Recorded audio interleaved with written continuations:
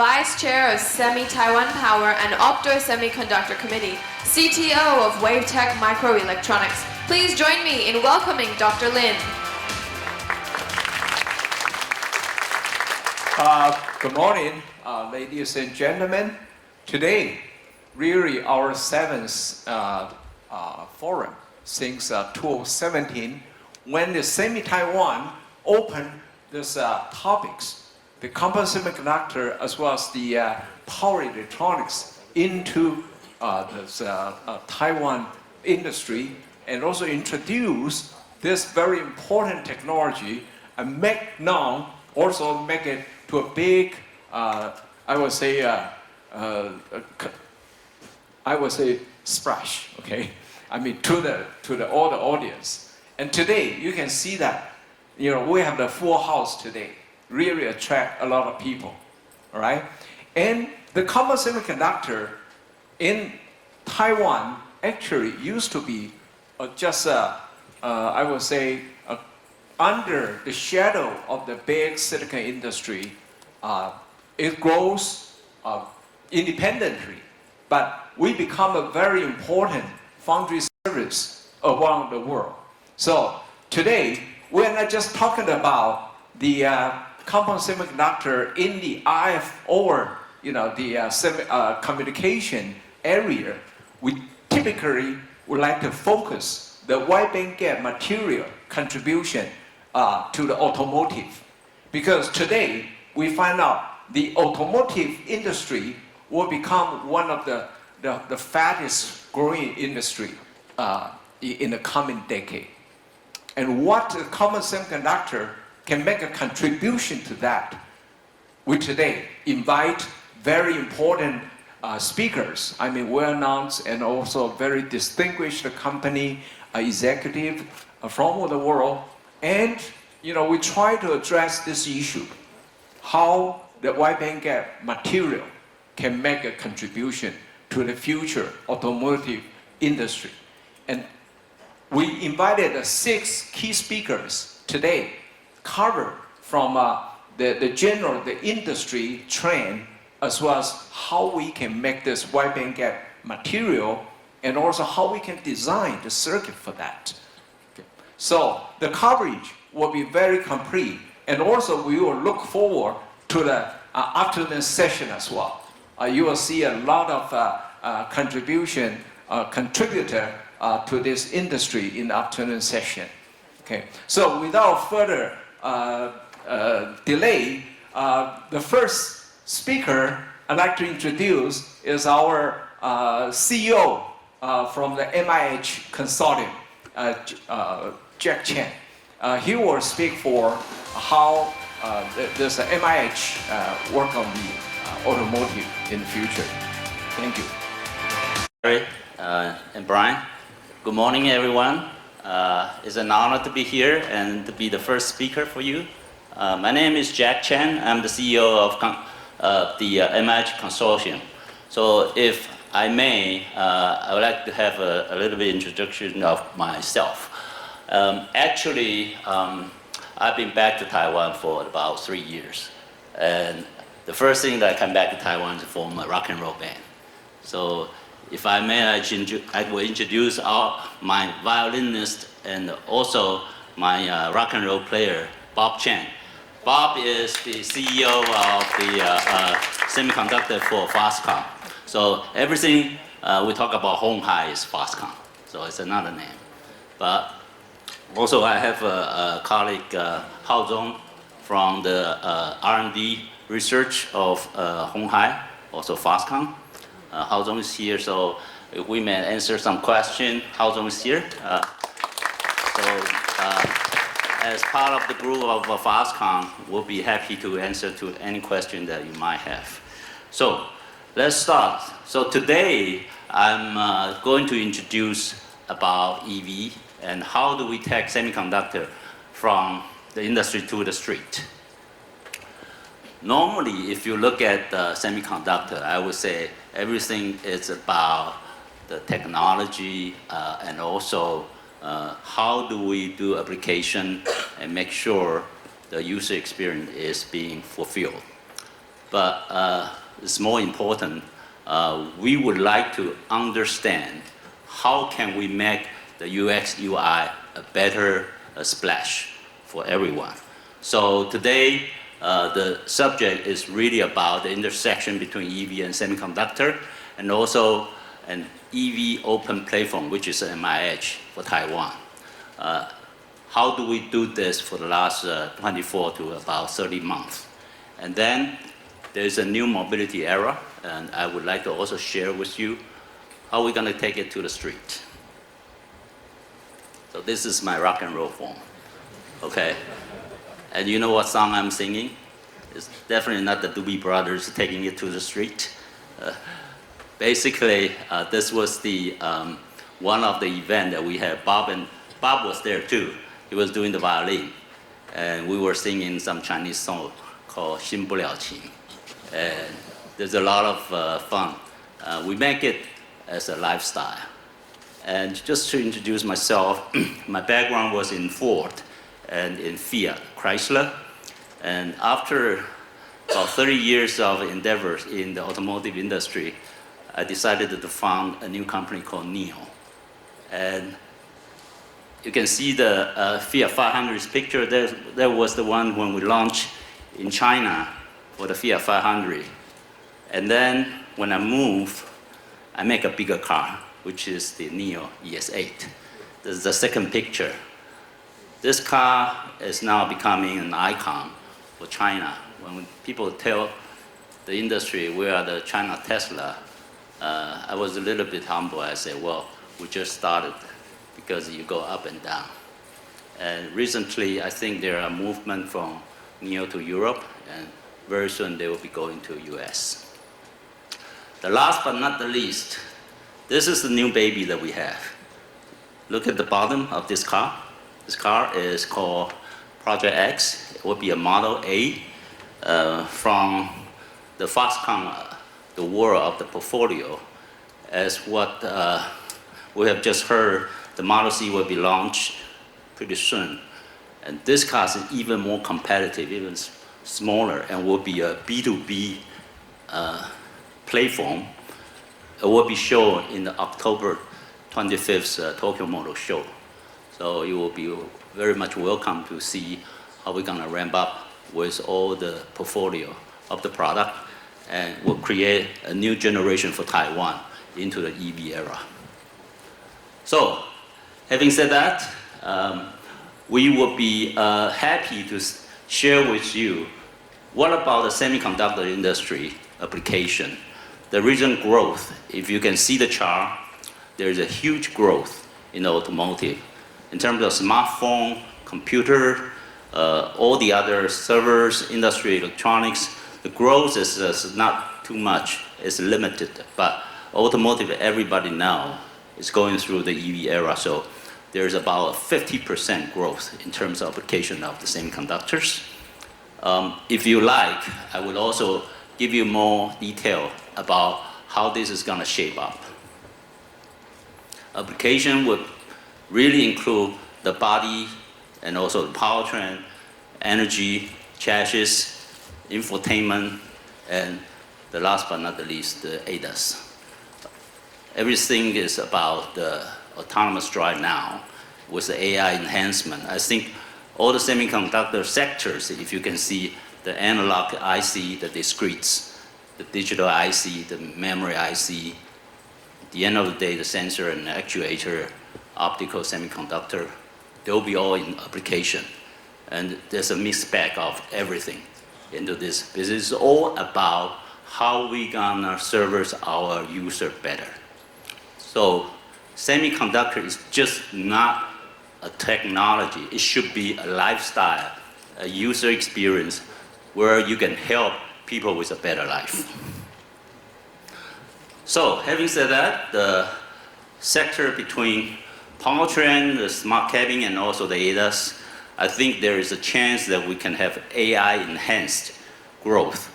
And with that, I think people know that with better algorithm and also the smart AI, that we will be able to move from a fundamental automotive era to a user experience era. So everything is about software driven. And when we have the platform, we'll put the semiconductor agnostically and make sure everything could be a better application for your lifestyle. So this is actually becoming a very complicated chart, but if you see with all this open platform, as I explained, MIH has about 2,700 members, very active members, about 200 of them. They're moving very fast, making a solution, and make sure there are 14 working groups that we can tackle on not only smart cabin, the hardware, the testing, operating system, and also the autonomous drive security. We have each group a leadership to make sure everything is happening. So we call it MIH, make it happen, right? And by the way, money is here too. So if you can allow me to give you the first case study.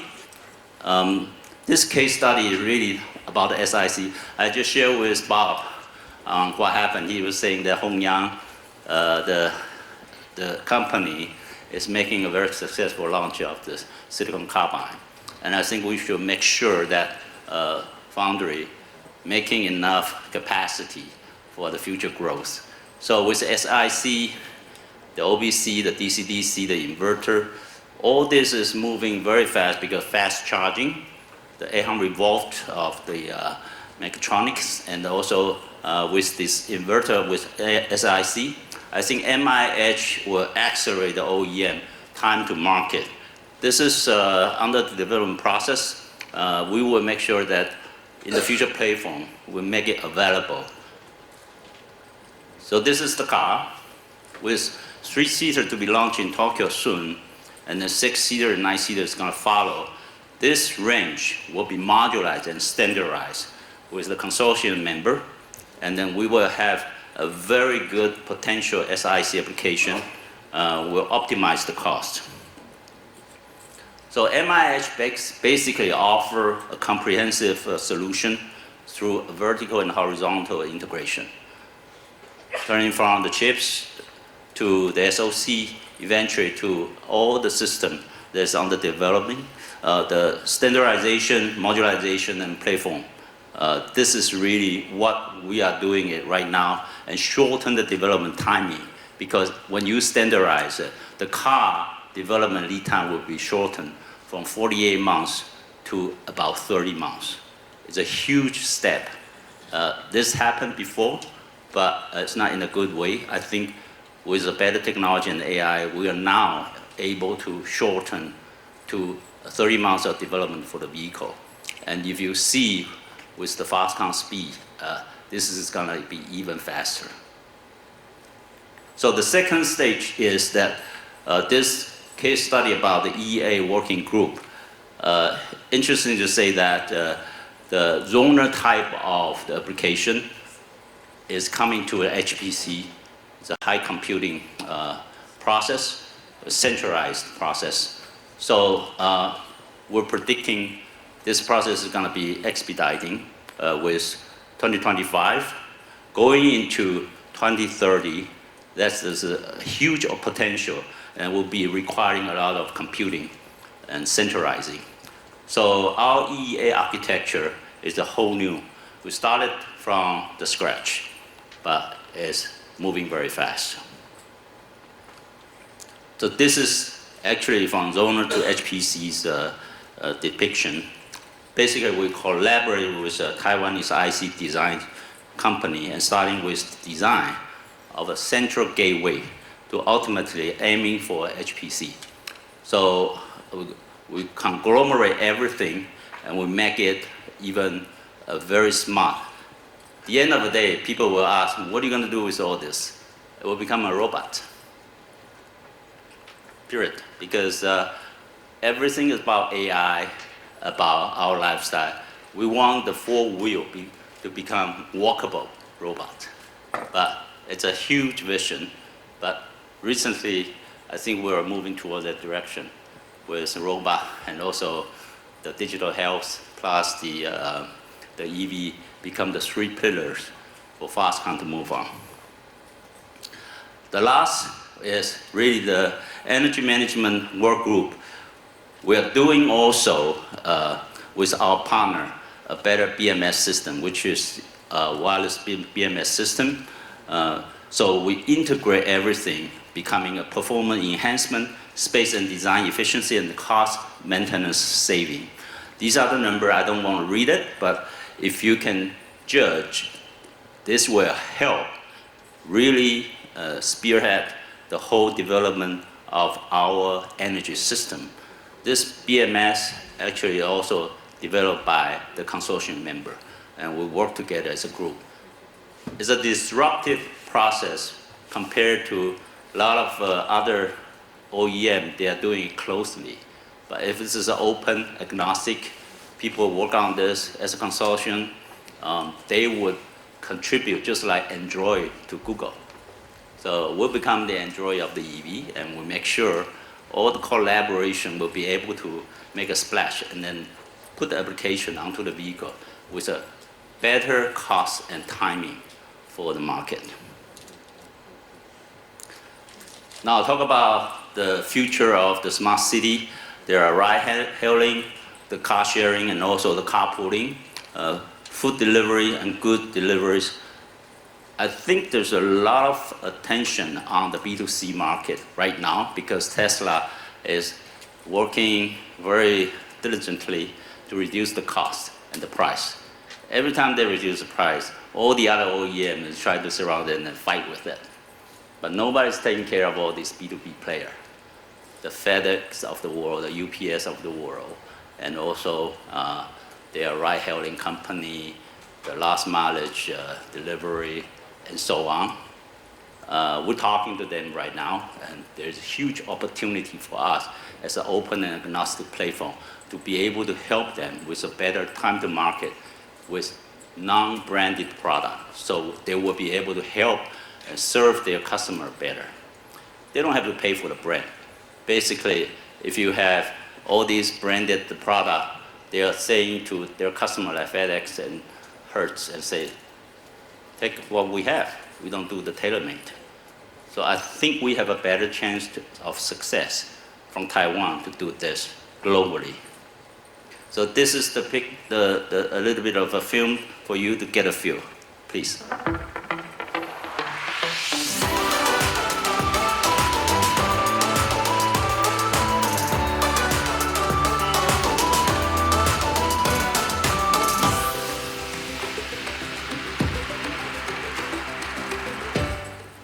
So you like the baby or not?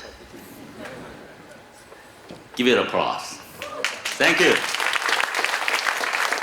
This is not just a word of M. It's a word of the bridge. It do collaboration and bridge the people, bridge the partnership. And also it's a half complete vehicle with a battery pack and the wheel underneath. And on top of it, I need all your wisdom and technology to put onto this vehicle. That's all about MIH. So, this is a couple of last slides now. We will do all this application, 3-seater, 6-seater, 9-seater for people carrier, and then the 1 to 2 ton, 3 to 5 ton, and then all this transportation platform, so we can offer to the B2B player with a better solution. We also show one of our partners, commercial vehicle in Tokyo, so they'll be side by side, Model X, which is the small 3-seaters, and then with another commercial platform next to it. And then we also bring our good friend Gogoro to Tokyo too. So the 2-wheeler to the 4-wheeler, we have all the solution for them. Last but not least, the smart city. The end game is really to provide a better lifestyle. So with the last mileage, the public transportation, the ride-hailing, and also medical services, it will be all available based on this platform. And recently, we also have a smart logistics vision. We do we call it mobility as a services, and we do the vehicle fleet and also the charging, the carbon. We're working with some Japanese partner right now. So in Tokyo, we also showcase how we're going to service the customers, like the convenience store, the logistics company better. So this is what's going to be happening in the next couple months. We'll be in Japan, October 5th through to November 5th. And also we will do the CES show. We'll go to the States again, and we'll showcase our solution. So with that, let's make it happen. Any question and feedback, I will be welcome you later stage. Thank you very much. Thank you, Mr. Cheng. By the way, he is not just a good speaker, he is also a good band player, as you can see, but he also is a co-founder of a NEO Automotive, one of the pioneering person in China to bring the EV automotive into the world. So we thanks for his very important keynote speech. And so, open to the floor. Questions? All right, but give me a chance. I think MIH will become a very interesting format for the future EV industry, because it's almost like today you think about a big EV EM for the PC board, right? You make some kind of a platform for that. But most important is how we can make the component really standardized for the EV industry. And what is your opinion on that? Would that be important for you? Eric, thank you. I think to answer the question, I can use an example of our e-motor. The motor will be with a fixed diameter, and we can extend the power by elongate the cylinder to a different dimension. So we do 40 kilowatt to 60 to 80 with the same diameter. Anything beyond 100 with another standardized design. But this will reduce the cost because the router and also the stator are actually standardized, so we reduce a lot of cost. So just one example, that's from the hardware point of view. But from the software, there are also, we put basically the same middleware, and then we put the OS system on top of it agnostically. So development lead time will be much more reduced. I think there are a lot of examples we can share later on if there's any individual chatting that we can have, we can talk about it. Thank you. Is there any other questions? Yeah, it's a very, I would say, very rare opportunity. You have a chance to talk to Mr. Cheng. Yep, there's one.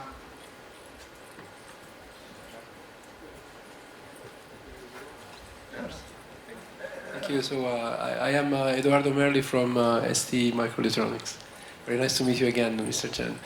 So I have a question about your strategy as far as the semiconductor relationship and partnership, because I mean IMH is a very large alliance, say spanning from OEMs to semiconductors. So to which level of partnership you want to go with semiconductors, including manufacturing, or which is your strategy there? I would prefer at this stage, because everybody have their own expertise. So we would pretty much put the consortium as a design house.